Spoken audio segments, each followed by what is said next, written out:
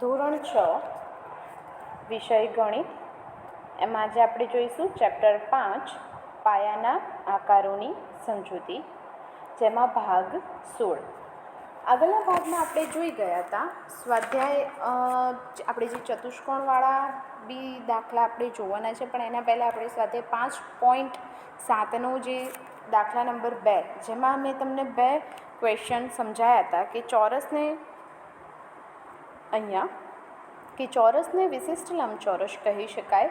એ question આપણે જોયું હતું, અને બીજો ક્વેશ્ચન કે લંબચોરસને વિશિષ્ટ સમાંતર બાજુ ચતુષ્કોણ કહી શકાય. હવે એમાં આપણે આજે ત્રીજો ક્વેશ્ચન જોઈશું કે ચોરસને વિશિષ્ટ સમબાજુ ચતુષ્કોણ કહી શકાય.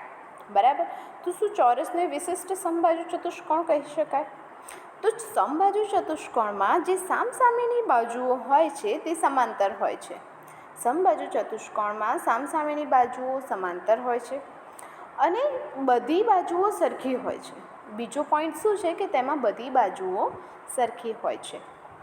તેના સામસામેના ખૂણા પણ શું હોય છે? સરખા જ હોય છે.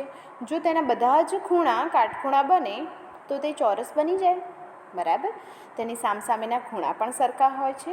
બરાબર, જો તેના બધા જ ખૂણા કાટખૂણા હોય ને તો તે ચોરસ બની જાય છે. તો આવી જ રીતે ચોરસને વિશિષ્ટ સમબાજુ ચતુષ્કોણ પણ કહી શકાય. આ એનું કારણ હતું. બરાબર, આ રીતે ચોરસને વિશિષ્ટ સમબાજુ ચતુષ્કોણ કહી શકાય. એવી રીતે જોઈએ ડી. તો ડીમાં તમને શું કીધું છે કે ચોરસ, લંબચોરસ, સમાંતર બાજુ ચતુષ્કોણ એ બધા ચતુષ્કોણ છે. બરાબર, તમને એવો ક્વેશ્ચન કહ્યો છે કે ચોરસ, લંબચોરસ, સમાંતર બાજુ ચતુષ્કોણ, બરાબર, શું એ બધા જ ચતુષ્કોણ છે? તો એવો બહુકોણ જેને ચારે બાજુઓ હોય તેને આપણે ચતુષ્કોણ કહીએ છીએ. બરાબર, એવો બહુકોણ જેની ચારે બાજુઓ હોય ને તેને આપણે ચતુષ્કોણ કહેવાય. હવે ચોરસ, લંબચોરસ અને સમાંતર બાજુ ચતુષ્કોણ આ બધાને 4 બાજુઓ હોય છે. બરાબર, તેથી આ બધા જ શું કહેવાય? ચતુષ્કોણ કહેવાય. કારણ કે એ બધા જ સમાંતર બાજુ ચતુષ્કોણ છે કે ચોરસ છે કે લંબચોરસ છે, બધાની 4 બાજુઓ હોય છે. તેથી આ બધા ચતુષ્કોણ તરીકે આ બધાને આપણે ઓળખી શકાય. લાસ્ટમાં તમને કીધું છે કે ચોરસ પણ સમાંતર બાજુ ચતુષ્કોણ છે. ચોરસ પણ સમાંતર બાજુ ચતુષ્કોણ છે. તો હવે તમે અહીંયા જોઈ શકો છો એ પ્રમાણે કે આ જે ત્રણેય જે આગળના આપણે સવાલ જોયા સી, ડી અને ઈનો જવાબ. તો ચોરસ પણ સમાંતર બાજુ ચતુષ્કોણ છે. એમાં શું આવશે તો કે સમાંતર બાજુ ચતુષ્કોણમાં સામસામેની બાજુઓ સમાંતર હોય છે. બરાબર, અને તે સરખી પણ હોય. ઓકે, સમાંતર બાજુ ચતુષ્કોણમાં જે સામસામેની બાજુઓ હોય તે સમાંતર અને સરખી હોય, અને સામસામેના ખૂણા પણ સરખા હોય. બરાબર, બાજુઓ સમાંતર અને સરખી હોય, એની સાથે સાથે તેના સામસામેના ખૂણા પણ શું હોય? સરખા હોય. અને આપણે ચોરસમાં જોઈએ તો કે ચોરસમાં પણ સામસામેની બાજુઓ સમાંતર હોય અને સરખી હોય. જેવી રીતે ચતુષ્કોણની વાત છે ને એવી રીતે ચોરસની વાત છે. તો ચોરસમાં પણ સામસામેની બાજુઓ સમાંતર અને સરખી હોય. બરાબર, માટે ચોરસમાં સામસામેના ખૂણા પણ આપણે જોઈએ, આપણે સમાંતર બાજુ ખૂણા કેવા હોય? સરખા હોય ને. સમાંતર બાજુના સામસામેના ખૂણા પણ આપણે સામસામેના ખૂણા સરખા હોય. એવી રીતે ચોરસમાં પણ સામસામેના ખૂણા કાટખૂણા એટલે કે સરખા હોય. માટે ચોરસને પણ આપણે સમાંતર બાજુ ચતુષ્કોણ કહી શકીએ. બરાબર, ચોરસને પણ સમાંતર બાજુ ચતુષ્કોણ છે. એ અહીંયા કારણ આપણે જેવી રીતે આપણે કારણ પૂછ્યા હતા ને એ કારણ આપણે આપી દીધું. ઓકે, હવે એક લાસ્ટ પોઈન્ટ આપણો આ સ્વાધ્યાયમાં એક લાસ્ટ ક્વેશ્ચન બાકી રહ્યો. કયો? કે ત્રીજો ક્વેશ્ચન છે કે જે આકૃતિની બાજુઓના માપ અને ખૂણાઓના માપ સરખા હોય તે આકૃતિને નિયમિત આકૃતિ કહેવાય. તમે શોધી શકશો કે નિયમિત ચતુષ્કોણ કયા છે. ફરીથી એકવાર કહું છું કે જે આકૃતિની બાજુઓના માપ અને ખૂણાઓના માપ સરખા હોય તે આકૃતિ નિયમિત આકૃતિ કહેવાય. તમે શોધી શકશો કે નિયમિત ચતુષ્કોણ કયા છે. તો આનો જવાબ શું આવે કે હા, અહીંયા આપણે લખી શકીએ કે હા,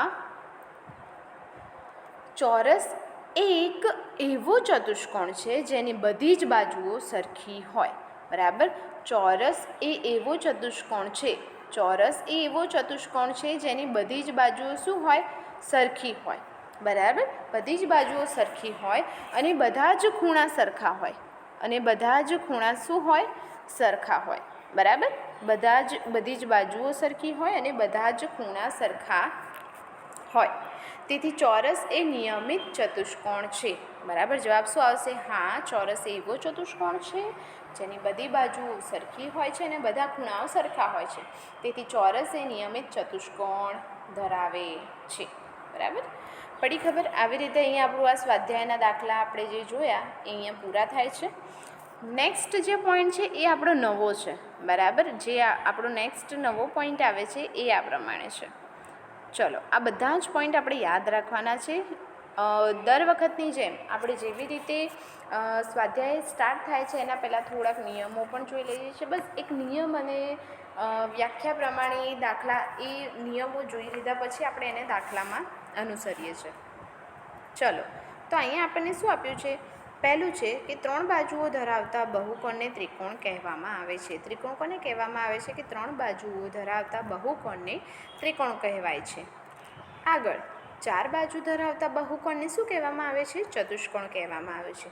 3 બાજુ ધરાવતા બહુકોણને ત્રિકોણ કહેવામાં આવે છે અને 4 બાજુ ધરાવતા બહુકોણને ચતુષ્કોણ કહેવામાં આવે છે. 5 બાજુ ધરાવતા બહુકોણને પંચકોણ કહેવાય છે. 5 બાજુઓ ધરાવતા બહુકોણને શું કહેવામાં આવે છે? પંચકોણ કહેવામાં આવે છે. 6 બાજુઓ ધરાવતા બહુકોણને ષટકોણ કહેવામાં આવે છે. બરાબર, 6 બાજુઓ ધરાવતા બહુકોણને ષટકોણ કહેવામાં આવે છે. આગળ, 8 બાજુઓ ધરાવતા બહુકોણને શું કહેવાય? અષ્ટકોણ કહેવામાં આવે છે. બરાબર, 8 બાજુ ધરાવતા બહુકોણને શું કહેવામાં આવે છે? અષ્ટકોણ કહેવામાં આવે છે. હવે તમે નોટિસ કરશો કે 3 બાજુ તો ત્રિકોણ, 4 બાજુ તો ચતુષ્કોણ, 5 બાજુઓ પંચકોણ, 6 બાજુઓ ષટકોણ, 8 બાજુઓ અષ્ટકોણ. બરાબર, 8 બાજુઓ તો અષ્ટકોણ. તમારે આવી રીતે તમારે યાદ રાખવાનું છે કે જેની બાજુઓ હોય એ પ્રમાણે એના અહીંયા આપણને નામ આપેલા છે કે ચતુષ્કોણ છે, પંચકોણ છે, ષટકોણ છે કે બહુકોણ છે. બહુકોણને એટલે મીન્સ અષ્ટકોણ છે. ઓકે, આના પરથી આપણે દાખલા જોઈએ તો આપણો પહેલો દાખલો સ્વાધ્યાય 5.8માં. બરાબર, સ્વાધ્યાય 5.8માં આપણો પહેલો દાખલો છે કે અહીં આપેલ આપણે જે નીચેમાંથી કયા બહુકોણ છે અને તેમાંનું કોઈ ન હોય તો કહો, અને તે શા માટે બહુકોણ નથી એ પણ કારણ આપવાનું છે. બરાબર, નીચે આપણને અહીંયા ડી સુધીની આકૃતિ એટલે કે 4 આકૃતિ આપી છે. એમાંથી કયો બહુકોણ છે અને જો બહુકોણ નથી તો કયો કેમ નથી. બરાબર, બહુકોણ નથી તો કેમ નથી એ પણ કારણ અહીંયા આપણને આપવાનું કહ્યું છે. તો અહીંયા જુઓ, અહીં આપેલી પહેલી આકૃતિ તમે નોટિસ કરશો. અહીં આપેલી પહેલી આકૃતિ આપણે અહીંયા જોઈએ તો અહીંયા જે આપેલી આકૃતિ છે એ આપણને અહીંયા ખુલ્લી જોવા મળે છે. બરાબર, અહીંયા જે આકૃતિ છે અહીંયા આપણને ખુલ્લી જોવા મળે છે. ધેટ મીન્સ કે શું? કે એ બહુકોણ નથી. બરાબર, તો આનો જવાબ શું આવે? ના, આ આકૃતિ એ બહુકોણ નથી. બરાબર, એવી રીતે તમારે વ્યવસ્થિત આન્સર લખવાનું કે અહીંયા આપેલી જે આકૃતિ છે તે ખુલ્લી આકૃતિ કહેવાય છે, જેથી તે બહુકોણ કહેવાય નહીં. બરાબર, આગળની બી આકૃતિ. તો બીમાં આકૃતિમાં અહીં આપેલી આકૃતિ એ બંધ આકૃતિ છે, માટે તે બહુકોણ છે. બરાબર, હવે તમે જોશો તો આ બહુકોણને 6 બાજુ છે. આમ જોવા જઈએ 1, 2, 3, 4, 5 અને 6. બરાબર, આ બહુકોણને કેટલી બાજુ છે?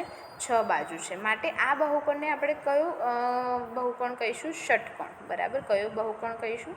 ષટકોણ. બરાબર, માટે આ બહુકોણને 6 બાજુ હોવાથી એ ષટકોણ કહેવામાં આવશે. બરાબર, તો અહીંયા શું લખવાનું? હા, આ આકૃતિ બંધ આકૃતિ છે. બરાબર, આ આકૃતિ બંધ આકૃતિ છે, માટે આ આકૃતિને કેટલી બાજુઓ છે? 6 બાજુઓ છે.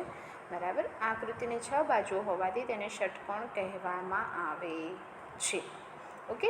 એવી જ રીતે ત્રીજી આકૃતિ જુઓ તો અહીં આપેલી આકૃતિ પણ બંધ છે, બરાબર, પરંતુ તે રેખાખંડો વડે બનેલી નથી.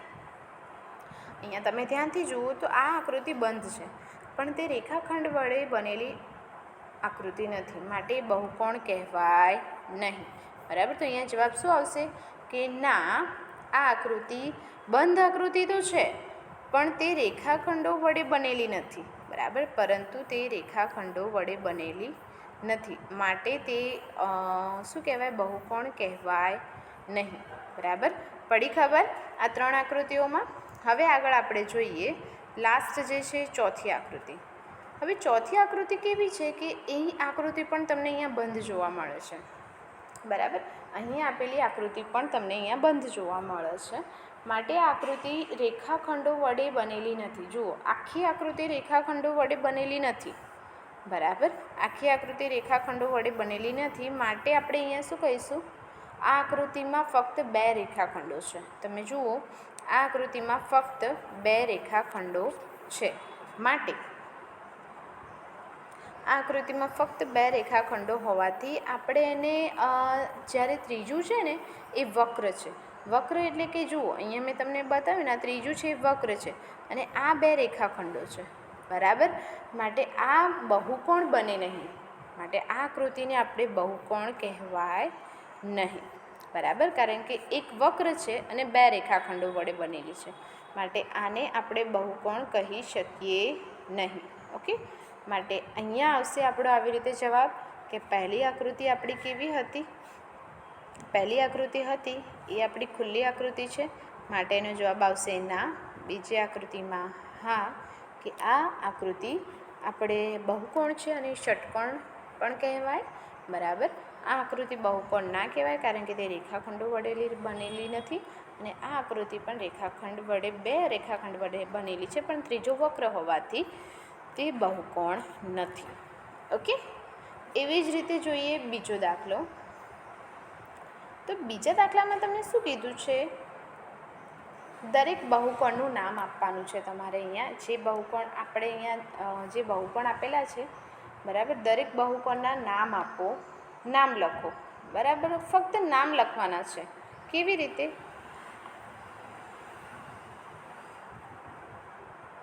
તો દાખલા તરીકે આપણે કોઈ પણ નામથી બોલાવીએ છીએ, દાખલા તરીકે રેખાખંડ AB, રેખા L, રેખા M, આવી રીતે બોલાવીએ છીએ ને, તો એવી જ રીતે આપણે આને બહુકોણના નામ આપવાના છે. દાખલા તરીકે અહીંયા હું નામ આપું P, Q, R, S, બરાબર.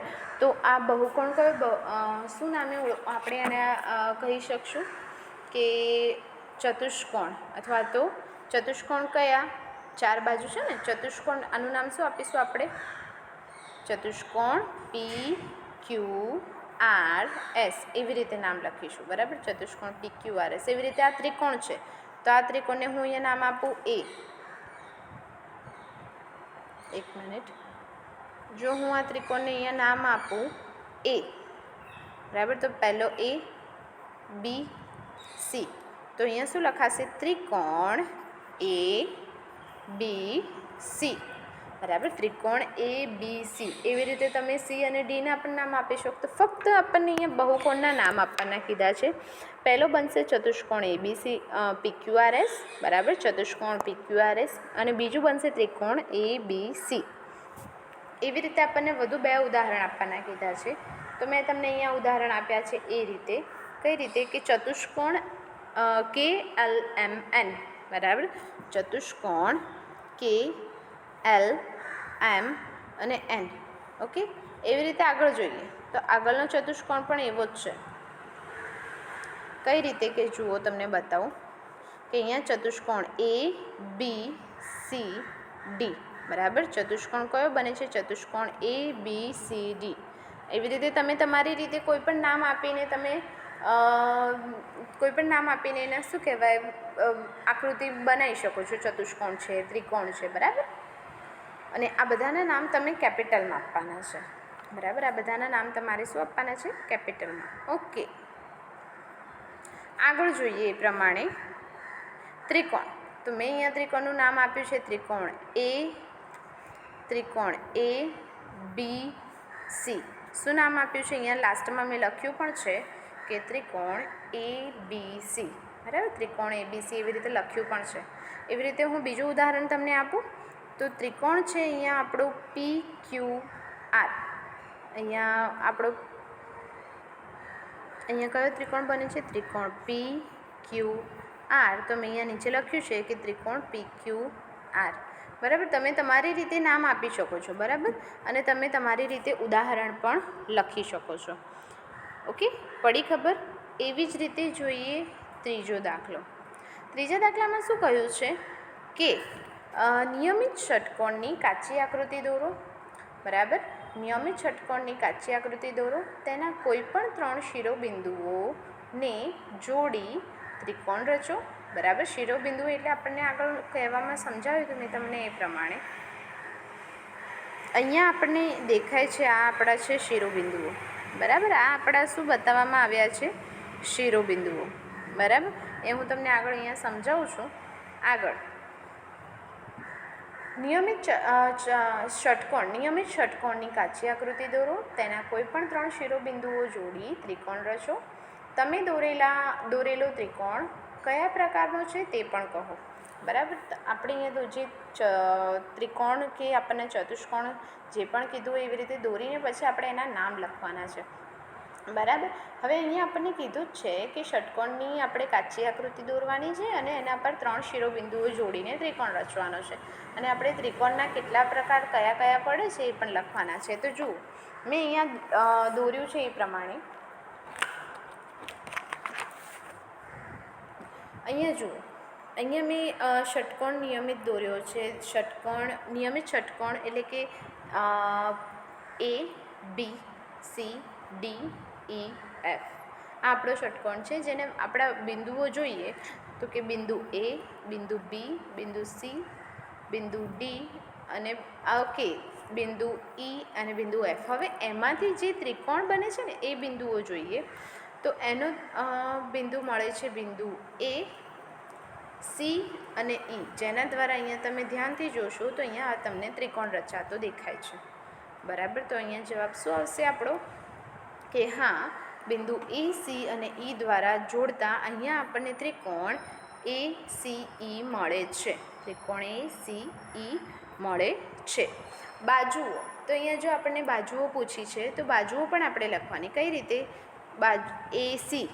બરાબર, કઈ બાજુઓ બને છે? કયા બાજુઓ દ્વારા બને છે? તો કે એસી, સીઈ અને ઈ એ અથવા તો એ ઈ અથવા તો ઈ એ અથવા તો રેખાખંડ તમે ઈ એ અથવા તો રેખાખંડ એ ઈ પણ બોલી શકો. બરાબર, માપતા આ જે 3 મેં જે હાઇલાઇટ કરી છે એ માપતા તમને માપતા શું મળે છે? તે સરખી મળે છે. તેથી એનાથી પણ કયું ત્રિકોણ? ત્રિકોણ એ સી ઈ એ સમબાજુ ત્રિકોણ કહીશું. કારણ કે આપણે જે બાજુઓનું માપ લીધું ને, બરાબર, એસી, સી એ અને ઈ એ, આનું માપ લીધું તો તે સરખું મળ્યું, માટે આ સમબાજુ ત્રિકોણ કહીશું. કયો ત્રિકોણ? ત્રિકોણ એ સી ઈ એ સમબાજુ ત્રિકોણ અહીંયા આપણને મળે છે. ઓકે, એવી જ રીતે આપણે આગળના દાખલા કરીશું, એ નેક્સ્ટ પાર્ટમાં જોઈશું.